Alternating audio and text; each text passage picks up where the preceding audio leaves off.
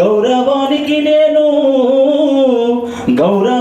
నేను గొప్పంటూ కుడి చేయి ఎగిరెగిరి పడుతున్నది. నేను లేకపోతే దండం ఎట్లంటారని ఎడమసై అంటున్నది. అది ఎక్కిరిస్తా ఉన్నది, ఎడమసై అంటున్నది. చప్పట్ల మీదనే పాట.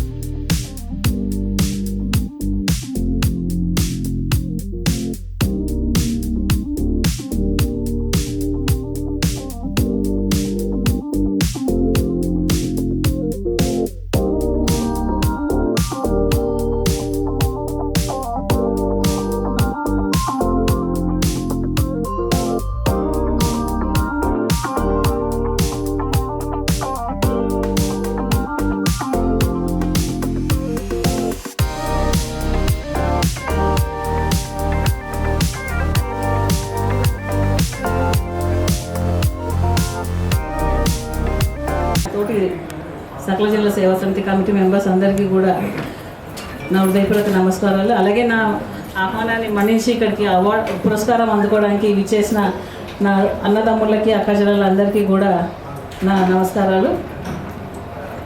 యాక్చువల్లీ 2-3 ఇయర్స్ నుంచి మనకి కరోనా రావడం మూలంగా ఉగాది పురస్కారాలు అంటూ ఉగాది ఏం చేసుకోలేకపోయాము. సో నేను మొన్న ఉమెన్స్ డే చేశాను. సరే పాపం మా సోదరులు కూడా చాలామంది చాలా రకాలుగా కరోనా టైంలో కూడా ఎంతో సేవ చేశారు.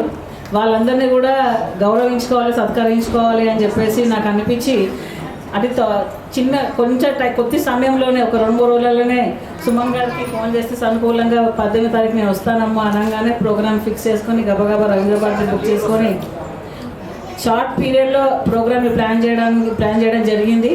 అయినా కూడా అందరూ వచ్చారు. ఏమైనా అవకతవకలు ఉంటే ఏమైనా తక్కువ అవుతాయి కూడా పెద్దగా మనసు చేసుకొని తప్పుగా భావించకుండా క్షమించి ఈ పురస్కారాన్ని అందుకొని మా ఆర్గనైజేషన్ని దీవించాలి. ఇలాంటి కార్యక్రమాలు ముందు ముందు మనం ఎన్నో చేసుకోవాలి. ఈ ఉగాది పురస్కారం నేను ఇస్తున్న వాళ్ళందరూ కూడా డిఫరెంట్ ప్రొఫెషన్స్లో ఉన్న వాళ్ళు ఉన్నారు, జర్నలిస్ట్ ఉన్నారు, డాక్టర్లు ఉన్నారు, సోషల్ యాక్టివిస్ట్ ఉన్నారు, బిజినెస్ మ్యాన్ ఉన్నారు. అది వాళ్ళ వృత్తి వాళ్ళు చేసుకుంటూ కూడా మళ్ళీ సమాజం కోసం ఏదో కొంచెం చేయాలన్న తృప్తితో వాళ్ళు సొంతంగా సంపాదించిన దాంట్లో నుంచి కొద్ది వంతుగా ఏదో సహాయం చేస్తున్నారు సమాజాన్ని ఉద్ధరించడానికి. వాళ్ళ వంతుగా వాళ్ళతో అయినది ఏదో చేస్తున్నారు. సో దానికి ఎంతో ధన్యవాదాలు. ఇంకా మనల్ని చూసి ఇంకా చాలామంది కూడా సమాజంలో ఏమైనా సమాజానికి ఉపయోగపడే కార్యక్రమాలు చేయాలి. సేవా కార్యక్రమాలే కాకుండా కూడా అవగాహన సదస్సులు లాంటివి కూడా మనం చేసుకొని అవగాహన సదస్సులు లాంటివి ఎన్నో మన కార్యక్రమాలు చేయొచ్చు. ఎస్పెషలీ యూత్ని మనం కాలేజీలకి కానీ స్కూల్స్లకు కానీ వెళ్ళి ఆ ఏజ్ నుంచే పిల్లలకి మనము ఒక అవగాహన సదస్సు అనేది ఏర్పాటు చేస్తే వాళ్ళకి ఎంతో ఉపయోగపడుతుంది. అంటే సమాజం పైన వాళ్ళకి అవగాహన లేదు కాబట్టి మనం అవగాహన కలిగించాల్సిన బాధ్యత కూడా మన సమాజ సేవకులకే ఉంటుంది, మన ఎన్జిఓస్కి ఉంటుంది. కాబట్టి ఆ బాధ్యతను మనం తీసుకొని చేయాలి. అలాగే ఇంకొకటి ఏంటంటే ఇప్పుడు ఈ చాలా వృద్ధాశ్రమాలు, old age homes and orphan homes వస్తున్నాయి. దాని గురించి కూడా మనం ఒకసారి మనందరం కలిసి దాని గురించి కూడా ఆలోచించాలి. అలాగే స్ట్రీట్ పైన ఉండే వాళ్ళు ఉంటారు చాలామంది. మనం ఇప్పుడు నైట్ షాప్స్ బంద్ చేసినట్టు చూసుకుంటే చాలామంది స్ట్రీట్ పైన పడుకుని ఉంటారు. వాళ్ళ గురించి కూడా మనం ఫైట్ చేసి భిక్షగాలు లేని రాష్ట్రంలాగా మన అందరము ఎన్జిఓస్ అందరం కొనుక్కొని మనం ఏదైనా ఒక ఐడియాలజీ ప్రకారంగా ఒక ఉద్దేశం ప్రకారంగా చేసి మనం ఇలాంటి వాటి నుంచి అంటే మనం చేసిన దానికి ఆకలిని వాడికి అన్నం పెడితే ఒక పూటే తింటాడు. కానీ వాళ్ళకు ఉపాధి ఏదైనా కల్పిస్తే వాళ్ళ జీవితాంతం ఇంకా మనం పెట్టనక్క లేకుండా వాళ్ళు సంపాదించుకుంటారు. కాబట్టి జీవనోపాధి కల్పించే విధంగా మనం ఏదైనా ఒక కార్యక్రమం మనం ఎంజాయ్ చేసి పెట్టుకొని ఏదైనా ఒక కార్యక్రమం అనుకొని అందరం చేస్తే బాగుంటుంది. అంటే ఎవరు ఇండివిజువల్గా చేసేదానికంటే కుమ్మడిగా ఒక అందరం ఒకటి ఫామ్ అయ్యి ఏసీగా ఫామ్ అయ్యి కలిసి అంటే చేస్తే బాగుంటుంది కదా అని చెప్పేసి ఒక చిన్న స్మాల్ స్కేల్ ఇండస్ట్రీ లాంటిదో లేకపోతే ఏదైనా స్కిల్ డెవలప్మెంట్ లేకపోతే వాళ్ళకి టీ కొట్టు పెట్టేయడం లాంటిది అట్లాంటివి ఏమైనా ఉపాధి కలిగించే కార్యక్రమాలు మనం చేస్తే వాళ్ళకి ఉపాధి మనం ఒక పూట పెడతాం, నేను ఒక పూట పెడతాను, మీరు ఒక పూట పెడతాను. రోజంతా మరి అన్ని రోజులు మనం పెట్టలేం కాబట్టి సో పస్తులు అనేది ఉండకుండా మనం చేయగలిగితే ఇంకా గొప్ప విషయము. అలాగే ఇందులో నేను ఇంకా మహిళా సాధికారత గురించి కూడా నాకు ఎక్కువ కొన్ని ఆలోచనలు ఉన్నాయి. మహిళా సాధికారత అనేది ఎంతో జరగాలి. ఫస్ట్ మహిళా సాధికారత అంటే ఎడ్యుకేషన్ గురించి ఇంపార్టెంట్. సో ఫస్ట్ ఎడ్యుకేషన్ చాలా ఇంపార్టెంట్. మనం ఇప్పుడు మామూలుగా ఎన్ని పనులు చేస్తున్నా కూడా స్త్రీకి ఓపిక ఎక్కువ, టైం చాలా ఉంటుంది. తన ఇంటి పని వంట పని చేసుకుంటూ ఉద్యోగం చేసుకుంటూ కూడా తనకి ఇంకా టీవీ సీరియల్ చూసేది, సినిమాలు చూసే టైం ఉంటుంది. అంటే సినిమా చూడొద్దని నేను చెప్పట్లేదు, కాకపోతే ఆ టైంని మనం ఎడ్యుకేషన్ అంటే అవగాహన మన వాచ్మెన్ పిల్లలే కానీ మన పని పిల్లలే కానీ వాళ్ళు చాలామంది ఇంకా స్కూల్స్లోకి వెళ్ళట్లేదు. ఇవిందో గవర్నమెంట్ స్కూల్స్ ఉన్నాయి, ప్లస్ ఇప్పుడు మళ్ళీ కేజీ టు పీజీ అనే స్కూల్స్ కూడా స్టార్ట్ చేసినా కూడా ఇంకా చాలామంది స్కూల్కి వెళ్ళిన పిల్లలు చాలామంది మనకు కొన్ని ఈ బస్సులలో కనబడుతూ ఉంటాయి. సో అలాంటి బస్సులకు మనం వెళ్ళి వాళ్ళందరికీ ఒక ఉచితంగా విద్యలాగా ఇచ్చి లేకపోతే వాళ్ళ స్కూల్కి వెళ్ళడానికి మనం ప్రేరేపించి వాళ్ళకి కావాల్సిన బుక్స్ కానీ యూనిఫామ్స్ లాంటివి. ఎందుకంటే విద్య ఉంటే ఏదైనా సాధించవచ్చు. వాళ్ళు అప్పుడు సంపాదించుకునే శక్తి వాళ్ళకి వస్తుంది.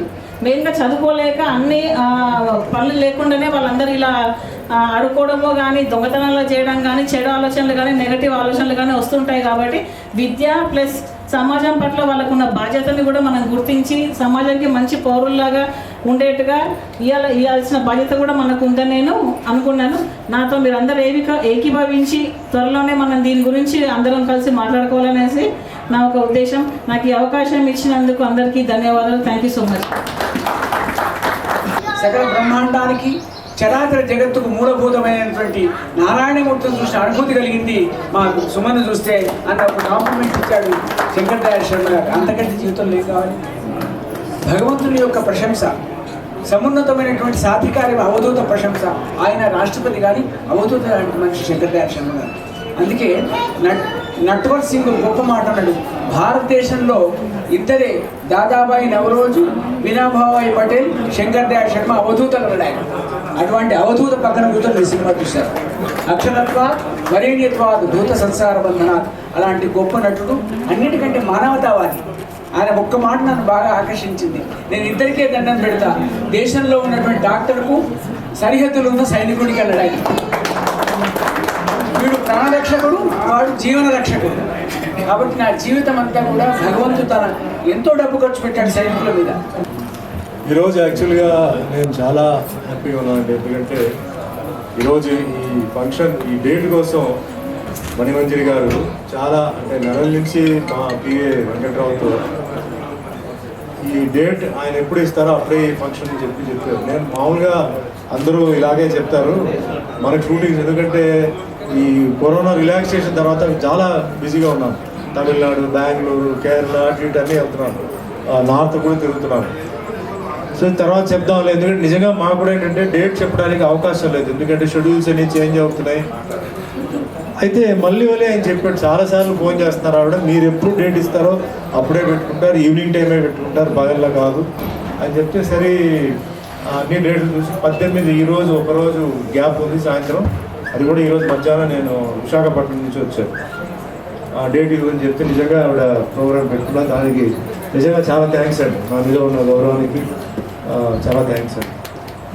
సో దాజుల శ్రీనివాస్ గౌడ్ గారు, దైవిక శర్మ గారు, మణిమంజరి మేడం చాలా మంచి అద్భుతమైన విషయాలు మాట్లాడారు. సో మళ్ళీ నేను దాని గురించే మళ్ళీ రీప్లై చేయాల్సిన అవసరం లేదు. ఒక్క విషయం అండి, ఇది చాలా ఇంపార్టెంట్ విషయం అండి. ప్రపంచం గురించి కూడా మనం అప్పుడప్పుడు మనం ఏంటంటే మనం ఒకసారి ఆలోచించాలి, మనకు తెలియాలి. పాకిస్తాన్లో ఎప్పుడూ పొలిటికల్ క్రైసిస్ ఉన్నది. శ్రీలంకకు వచ్చేసి ఫినాన్షియల్ ఎమర్జెన్సీ, అసలు టోటల్గా శ్రీలంక టోటల్గా అసలు మ్యాప్లో ఉంటుందా లేదా అనేది తెలియదు. చాలా భయంకరమైన పరిస్థితిలో ఉంది. మయన్మార్లో వచ్చి మిలిటరీ టేక్ ఓవర్ చేస్తారండి ఉక్రెయిన్. మేము ఉక్రెయిన్లో షూటింగ్ చేసాం. నేను ఉక్రెయిన్ నుంచి వారం రోజులు, అంటే నేను వచ్చి వారం రోజుల తర్వాత వార్ స్టార్ట్ అయింది. మేము ఉన్నప్పుడే బార్డర్లో అక్కడెక్కడ అంతా జరుగుతూనే ఉన్నాయి. మేము షూటింగ్ గమనం చేసుకొని మేము పోతున్నాం. నేను ఎయిర్పోర్ట్కి వచ్చాను, ఎయిర్పోర్ట్ని చూశాను, ఎయిర్పోర్ట్ నుంచి కనపడుతున్నాయి కొన్ని. వచ్చేసాను 1 వీక్ తర్వాత మాకు న్యూస్ ఏంటంటే ఏ ఎయిర్పోర్ట్లో నేను విమానం ఎక్కానో ఆ ఎయిర్పోర్ట్ టోటల్గా బాంబు పెట్టి స్మాష్ చేశారు. 3 ఎయిర్పోర్ట్స్ని వాళ్ళు స్మాష్ చేశారు రష్యా. ఇదే ఒకటి, Russia 1 man rule, China 1 party rule. అసలు మనందరికీ ఏ ప్రాబ్లం లేదు, మన భారతీయులకి ఏ ప్రాబ్లం లేదు, మనందరూ హ్యాపీగా ఉన్నాం. Thanks to all the leaders అండి. నేను ఇక్కడ పొలిటికల్గా ఎవరిని నేను ఎక్కువ తక్కువ చెప్పట్లేదండి. ఆల్ ద పొలిటికల్ లీడర్స్కి మనం థ్యాంక్స్ చెప్పాలి. ఎంత ప్రశాంతంగా మనం ఉన్నాం, లోపల ఏ గొడవ లేదు, అంత బార్డర్లో మన సైనికులు వాళ్ళు చూసుకుంటున్నారు, మనకు తెలియదు. మనం హ్యాపీగా మనం ఇక్కడ ఎంజాయ్ చేస్తున్నాం. నేను ఇందాక దైవిక శర్మ గారు చెప్పారు, నేను ఎప్పుడు సైనికుల గురించి నేను ఎప్పుడు ఆలోచిస్తాను. అవునండి, మరి ఈరోజు ఇంత హ్యాపీగా ఈ ఫంక్షన్, ఈ ప్రోగ్రామ్ ఇవన్నీ ప్లాన్ చేస్తున్నాం అంటే ఎవరు వాళ్ళండి? వాళ్ళండి. బార్డర్లో ఇంకా గొడవలు జరుగుతూనే ఉన్నాయి. వాళ్ళు మన కోసం వాళ్ళు అక్కడ తుపాకీ పట్టుకొని వాళ్ళు అక్కడ కూర్చొని కాపలా కాస్తున్నారు. ఎందుకండి వాళ్ళు చేయాలి? మనకేంటి బంధువులా, ఫ్రెండా, ఫ్యానా, ఏంటి? సంబంధం లేదు. వాళ్ళ శాలరీ ఏంటి? ₹1 కోటి వస్తుందా? ఏమీ లేదు. సో ఈరోజు యాటిట్యూడ్ గురించి మనం అన్ని టాపిక్ ఎక్కడ అంటే ఎవరు మాట్లాడినా యాటిట్యూడ్ గురించే వచ్చింది. The mental attitude has to change అండి. Service to humans, mankind, ఒకరి గురించి ఒకరు ఆలోచించడం. ఈవెన్ పాకిస్తాన్లో కూడా చనిపోతే కూడా మన పాకిస్తాన్ వాళ్ళు సచ్చారే అని అలా కాకుండా వాళ్ళు కూడా మనుషులే కదండి, వాళ్ళ గురించి కూడా మనం ఆలోచించాలి. రేపు మనకేదో జరిగిందంటే వాళ్ళు అలా చెప్తే ఎలా ఉంటుందండి? సో ఈ ఒక మెయిన్గా ఈ ఫంక్షన్లో ఏంటంటే యాటిట్యూడ్ అనేది చాలా ఇంపార్టెంట్. మనం అందరూ ఇంతకుముందు జరిగింది వేరే విషయం అండి, ఇంకా ముందు మనం ఏంటంటే కొన్ని మార్పులు ఈ కరోనా తర్వాత కరోనా చాలా విషయాలు నేర్పించింది. చాలామందికి పవర్, మనీ అనేది నథింగ్ లైఫ్. ఒకప్పుడు మన ఏంటంటే రేపు ఏం జరుగుతుందో ఏమిటో అన్న మనం అన్నాం. ఈరోజు రేపు కాదు, 10 నిమిషాల తర్వాత ఏం జరుగుతుందో ఎవరికి తెలియదండి. You don't know. So life అనేది చాలా ప్రెషియస్. అందరినీ మనం ప్రేమించాలి, అందరినీ మనం గౌరవించాలి.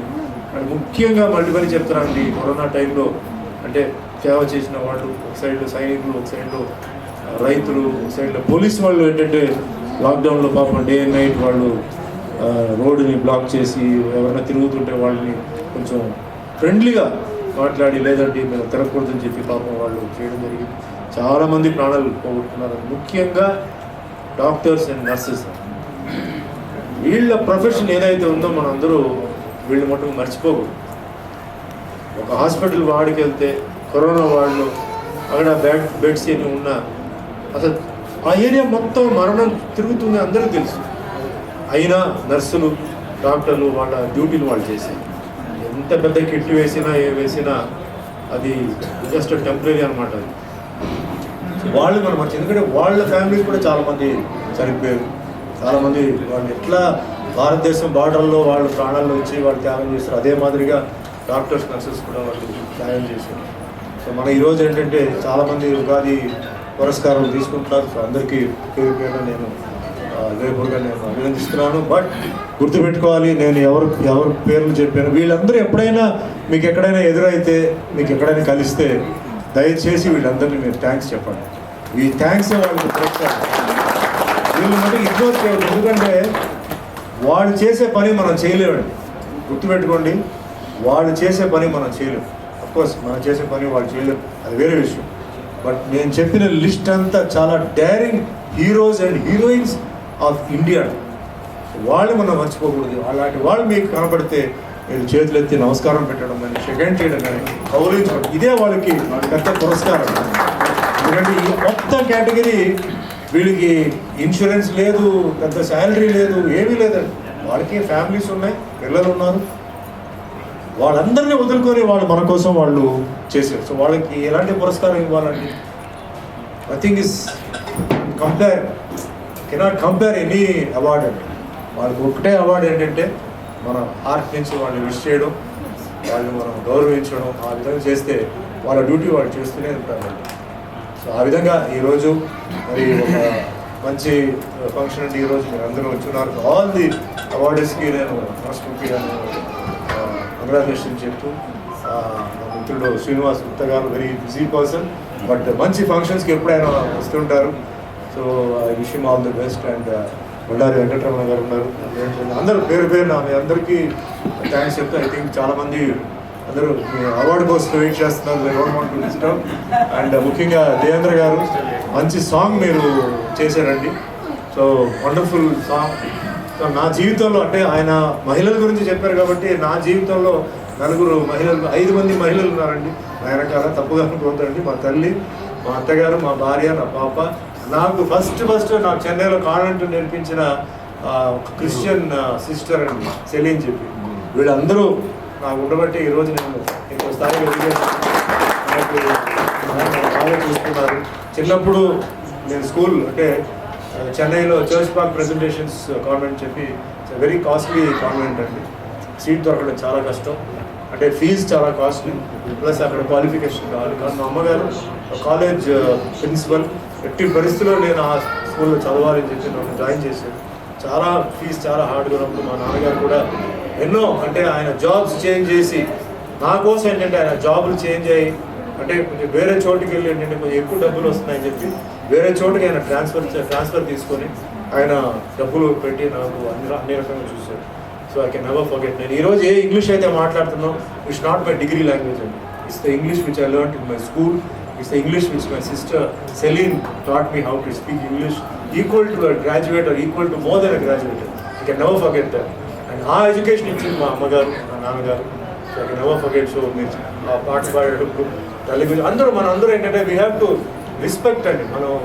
మన మదర్ ఫాదర్ని మనం మర్చిపోకూడదు. మదర్ ఫాదర్ని మర్చిపోయారంటే మనం మీరు ఆఫ్ నో యూస్.